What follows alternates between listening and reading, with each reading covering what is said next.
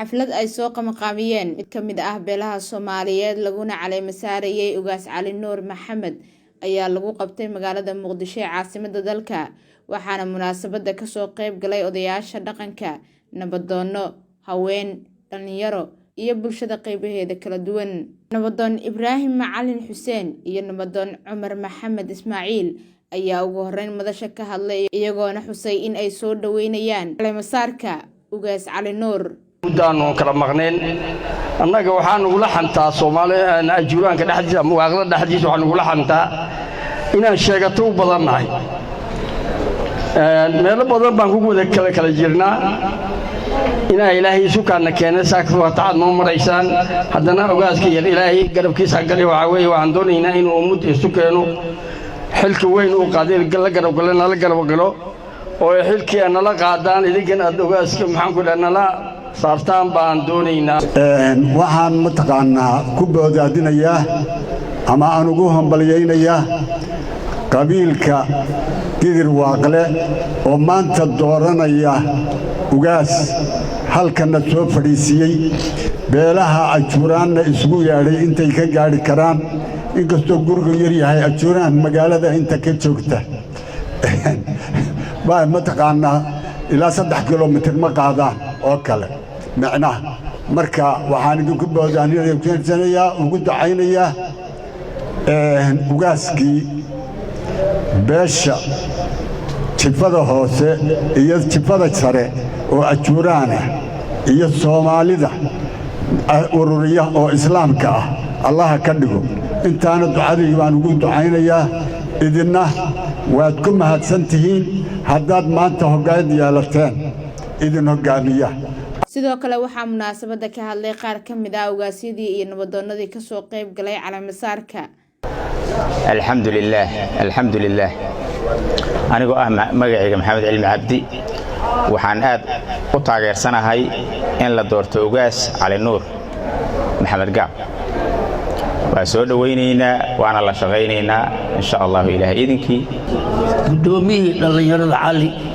waxa ka cusubnaa horta dhalinyaradii gudoomiye uu sameeyayna inuu meesha iga cadeeyo oo asagu uu bedelay dhalinyaradii waa aruuriyay waa isku soo bixiyay wixii laab ku jiray waa keenay wixii loo ku jiray waa keenay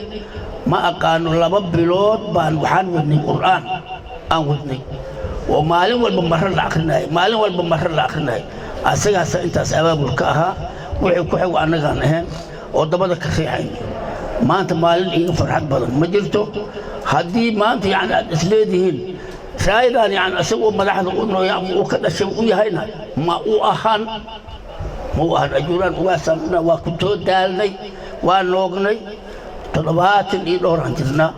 kiina bedeli lahaayo u shaqaban lahaayo ajuuraan isku keeni lahaa waayo inuu yahayna waa ogahay waana ku kalsoonahay waana isku keenayaa qabiilaadka waa ka harnay maxaan ugu harnay isma maqalno isma jaclin isma rabno duurka ku kala jirnaa haddaan is aragno waa isjecelnahay marka kale nin walba dantiisa orodkiisan ku jirnaa ummadda ilaahay maalin walba waa shirtaa maalin walba waa isu timaadaa maalin walba waxba istaraan annaga waxna isma tarno waxna isuma dhigno waa kala cararaynaa ilaahay horta isku kaana keeno kii isku kaana keeni lahaana Allah ka dhigo waana noqonayaa Cali waa huba ilaahay idinkii nabaga faridiisa intiina inta timina faataxda u maraysaan Cali waa u dhaawaynaa waliba waa ku tufaynaa waliba Cali waa u ducaynaynaa aniga intaasaan leeyahay salaan kadib meeshan waxaa la isugu yimid in lagu duubo ugaaska Gidir Waaqle Ugaas Cali waanu qaadannay raalli baan ka nahay annaga oo ah beesha ajuuraan waa la mage iyo badhaale waxaan idin sheegayaa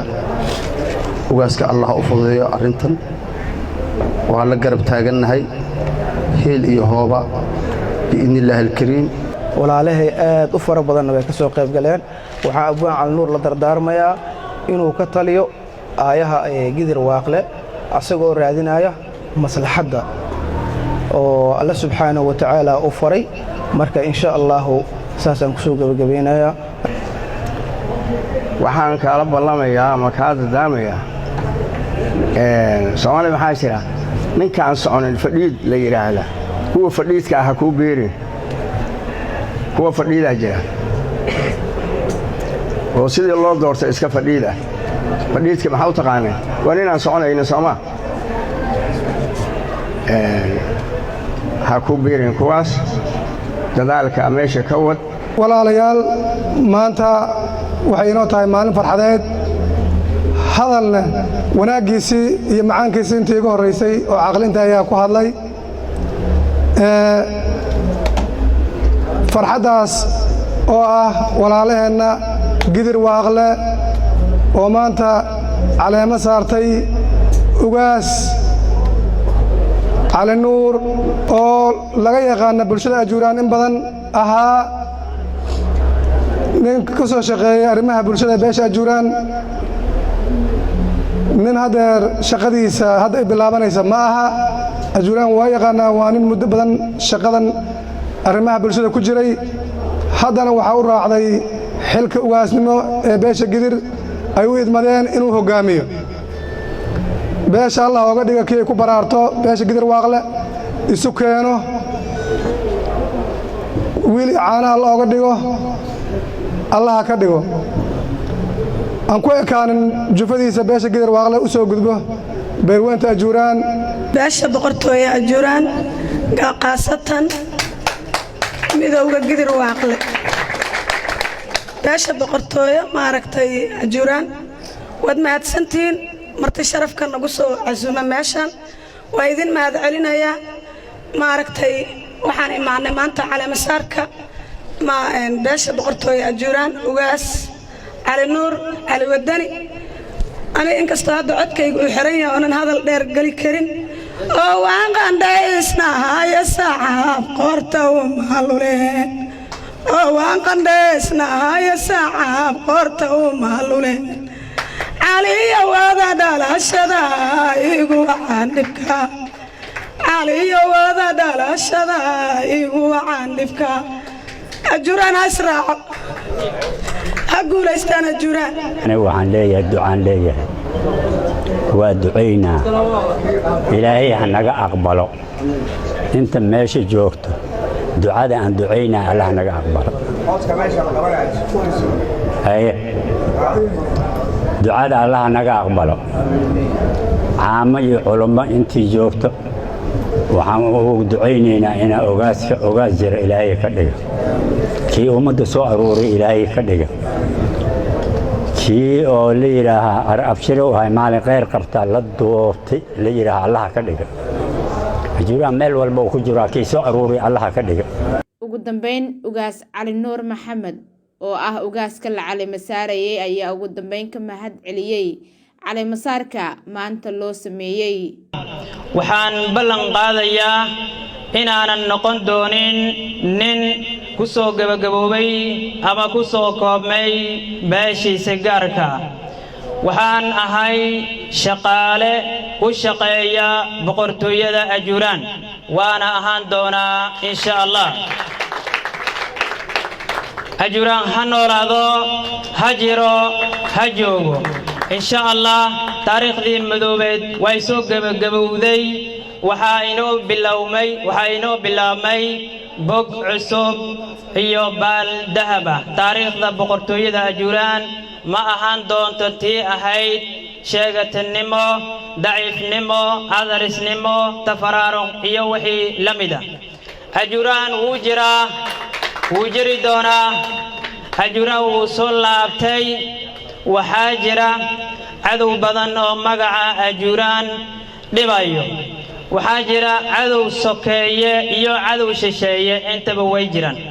qabiil Soomaaliyeed oo maanta weerar ku ah ajuuraan ma jiro qofka marka uu ku arko ee aad u sheegto in aad u dhalatay boqortooyada ajuuraan qofka Soomaaliga ah kursiga ayuu kaga kacayaa laakiin waxaa jira dad badan oo magaca ajuuraan sheeganaya haddana dhibsanaya horumarka ajuuraan ilaahay idankii waan saxaynaa wixii khaldan waan dadaalaynaa dadku waa dadkeenna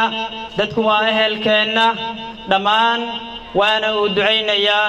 ilaahay ajuuraan ha barakeeyo ilaahay ajuuraan ha barakeeyo ilaahay ajuuraan ha mideeyo ilaahay ajuuraan ha mideeyo cadowga ajuuraan ilaahay ha qabto Sucaad Cabdicasiis Daahir Kalson TV Muqdisho